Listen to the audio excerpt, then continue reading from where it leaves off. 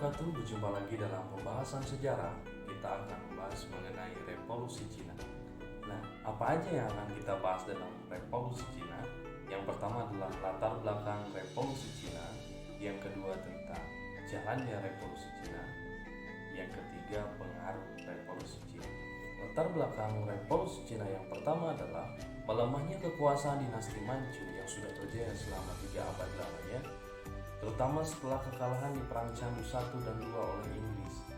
Yang kedua, banyaknya pemberontakan yang terjadi di China akibat ketidakpercayaan terhadap dinasti Manchu. Yang ketiga, munculnya tokoh-tokoh pelajar yang memiliki pemikiran tentang kemerdekaan dan pembaharuan dalam menjalankan sistem pemerintahan. Tujuan revolusi Cina yang pertama adalah mengusir bangsa asing atau dinasti Manchu. Yang kedua, mengusir bangsa Barat atau Inggris yang ada di Cina bagian selatan. Yang ketiga adalah menyatukan seluruh daratan China. Kenapa dinasti Manchu dianggap sebagai bangsa asing? Karena dinasti Manchu atau dinasti Qing bukan merupakan asli keturunan dari bangsa China. Kenapa bangsa asing bisa berkuasa di China? Karena bangsa China itu memiliki kepercayaan tentang konsep Tianming atau mandat dari langit. Jadi langit bisa mencabut mandat hingga memberikan mandat kepada siapapun yang layak untuk menjadi penguasa di China. Apabila kondisi China sedang banyak pemberontakan, kelaparan, kemiskinan, ketidaksejahteraan, maka itu tandanya adalah langit sedang mencabut mandat.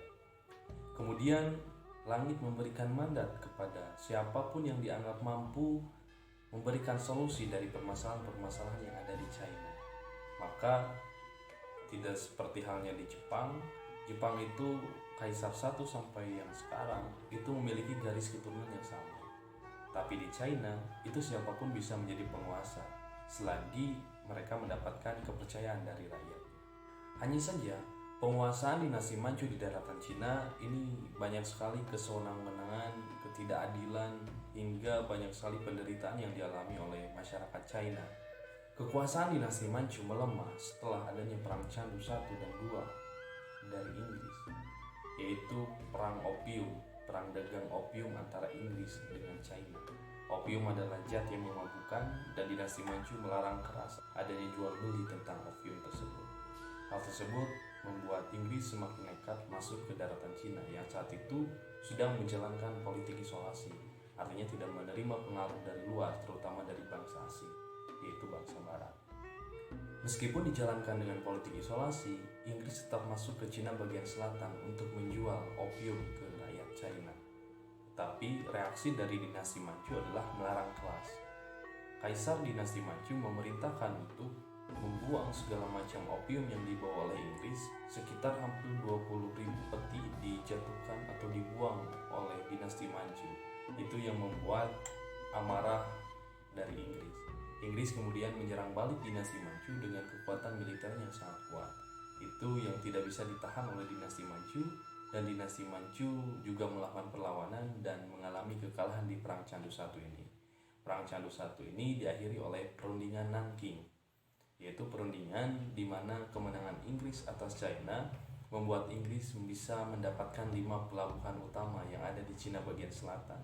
Hasil perundingan Nanking yang kedua adalah China atau dinasti Manchu harus mengganti rugi dari pembuangan opium yang dilakukan oleh dinasti Manchu sendiri kepada Inggris. Kemudian Inggris lebih leluasa untuk menjual opium ke daratan Cina, hingga lagi-lagi dinasti Manchu melarang keras adanya penjualan opium dan melakukan penyerangan terhadap Inggris. Inggris menyerang balik dinasti Manchu dan dinasti Manchu mengalami kekalahan yang kedua. Kekalahan dinasti Manchu di Perang Candu yang kedua ini membuat Inggris lebih leluasa menguasai daratan Cina di bagian selatan. Kekalahan dinasti Manchu di Perang Candu I dan II membuat rakyat semakin tidak percaya terhadap kekuasaan dinasti Manchu, sehingga banyak sekali pemberontakan-pemberontakan yang dilakukan oleh rakyat Cina sendiri. Pemberontakan yang paling terkenal adalah pemberontakan Taiping. Latar belakang yang ketiga adalah munculnya tokoh-tokoh terpelajar. Salah satu tokoh yang terkenal adalah Dr. Sun Yat-sen. Dr. Sun Yat-sen memiliki ajaran yaitu San Min Cui, artinya nasionalis, demokrasi, dan sosialis.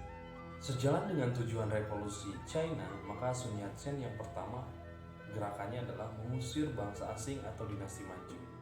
Yang kedua, mengusir bangsa asing yaitu Inggris dan menyatukan daratan Cina.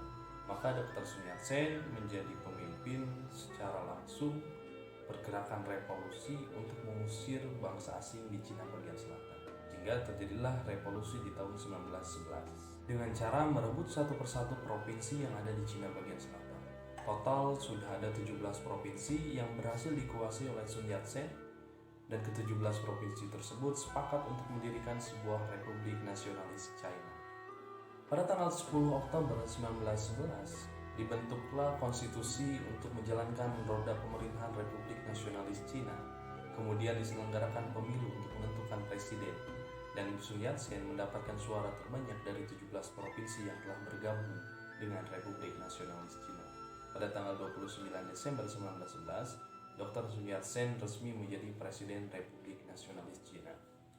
Hanya saja pembentukan Republik Cina ini belum menuntaskan tujuan dari revolusi Cina itu sendiri, yaitu menyatukan seluruh daratan China.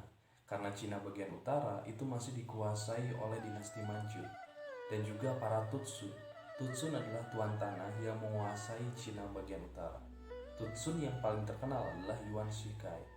Hingga perang kaisar pun kalah dibandingkan dengan Yuan Shikai. Kaisar pengganti dari kaisar sebelumnya adalah Kaisar Puyi.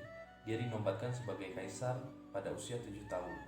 Karena di usia yang masih belia, Kaisar Puyi tidak bisa melakukan apapun untuk menjalankan roda pemerintahannya di dinasti Manchu. Terutama banyak sekali permasalahan-permasalahan yang ada di daratan Cina. Maka yang menjadi wali menjalankan roda pemerintahan yaitu adalah Yuan Shikai. Di Cina Utara, setiap Tutsun saling menguasai Tutsun yang lainnya, sehingga konflik sering terjadi di Cina bagian utara. Hanya saja Yuan Shikai mendapatkan posisi yang sangat terkenal, dihargai dan ditakuti oleh para Tutsun yang lainnya.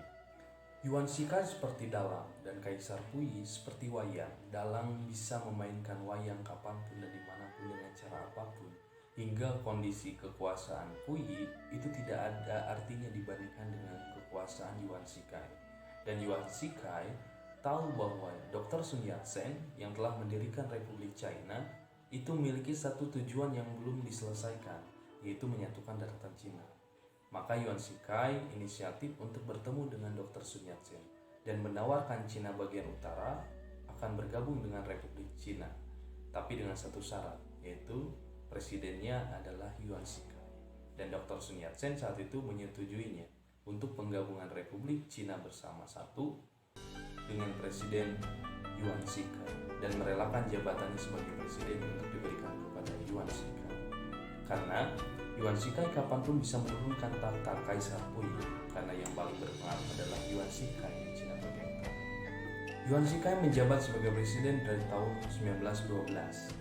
Kemudian di tahun 1915, ia mengambil alih kekuasaannya dari tangannya sendiri. Maksudnya adalah Yuan Shikai merubah sistem pemerintahan republik menjadi kekaisaran kembali dan menobatkan dirinya sebagai kaisar dan mengangkat dirinya sebagai kaisar seumur hidup.